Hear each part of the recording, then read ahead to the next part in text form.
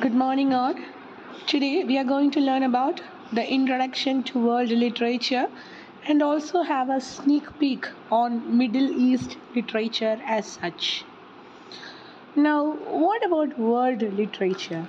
World literature denotes the literary works that are from all around the world. Okay, so in its most basic sense, it means the literary works that circulate beyond their culture of origin.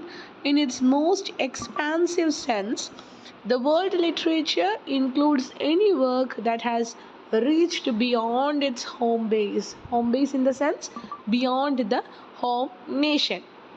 This means that world literature is a broad network of literature that interacts in the spaces between the cultures and must be read outside its cultural context, in which you can see that the nation does not delimit its authority upon this particular literature as such.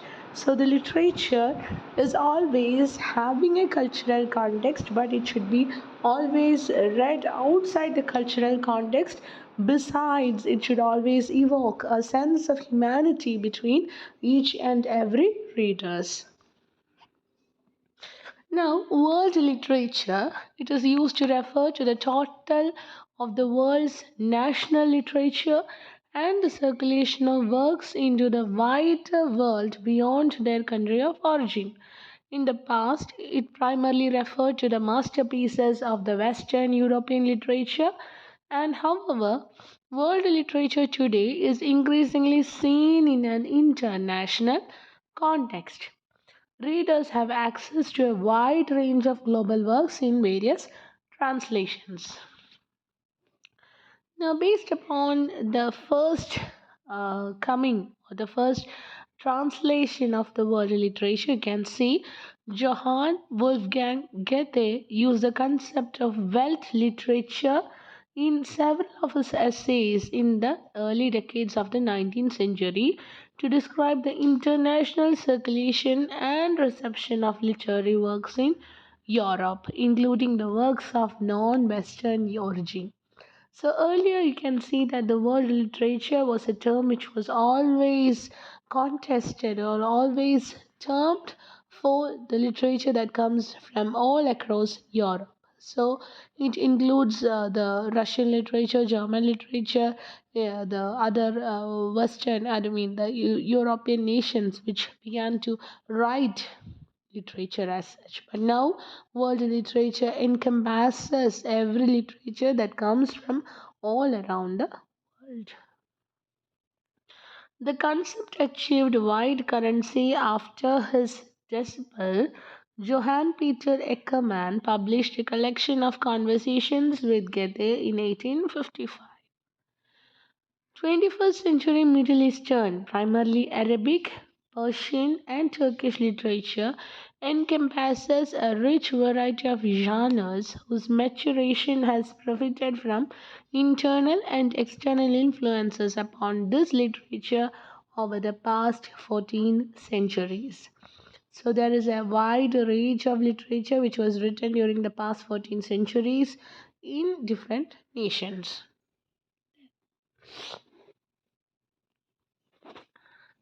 Modern Arabic literature addresses the full range of human experience, often through a realistic approach that employs the Arabic language in ways ranging from the most formal to the most colloquial. While the Turkish and the Persian literatures have both followed individual trajectories since the modern period, they too evince a similar range with respect to genre and employment of language. There is a kind of language employment which always involves the most formal to the most colloquial language.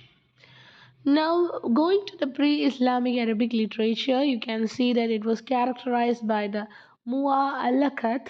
It was in the mid 500s to the early 600s, a collection of poems from the Arabian Peninsula renowned for their beauty. These poems are odes to the sorrows of lost love, using such tropes as abandoned campsites to evoke the memories of a beloved. These are love poems.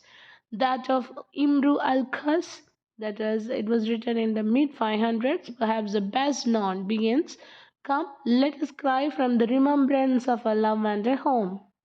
Although poetic themes have changed over the centuries, the ode, which is also known as the Qasida, has enjoyed continuing popularity throughout the 20th century. Now, poetry remained the dominant literary form during the classical period of the Abbasid, with romantic praise of a beloved, whether male or female, the most common theme. A folk literature also emerged, involving the heroic or adventure narratives. A Thousand and One Nights is the most renowned example.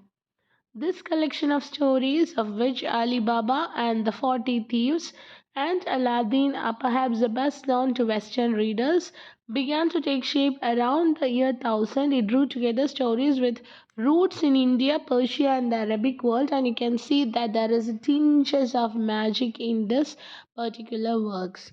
And this tinges of magic still it remains within the context of different kinds of literature which is written from the Middle East language. Meanwhile, the prose matured as a literary form, and there is a development attributed to the Persian bureaucrats which employed by the Abbasid court.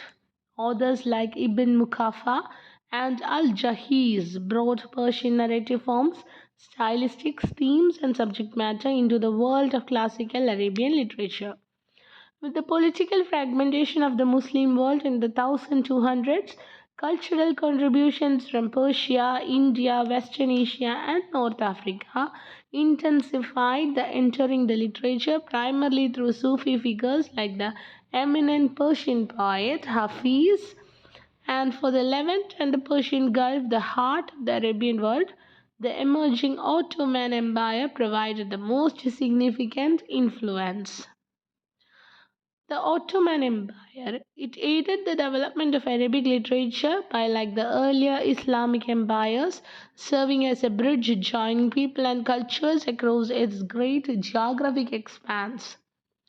Napoleon Bonaparte's invention of Egypt in 1798, often described as the beginning of the modern era, also marked the shift from domestic to external literary traditions as dominant influences on Middle Eastern literature.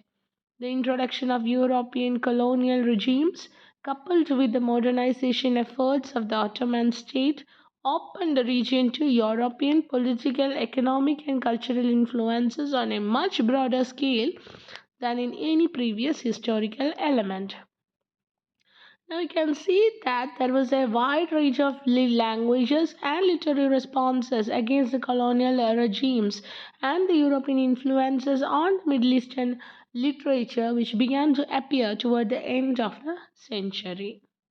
Now, the most notable effect of the European influence was the emergence of the novel as the primarily literary genre of Arabian literature. By the late 19th century, it attracted the upper middle class following the society. Then you have Muhammad Hussein Haykat's Zainab, which was published in 1913, and numerous novels which was published by the Ottoman Turkish and the Arabic.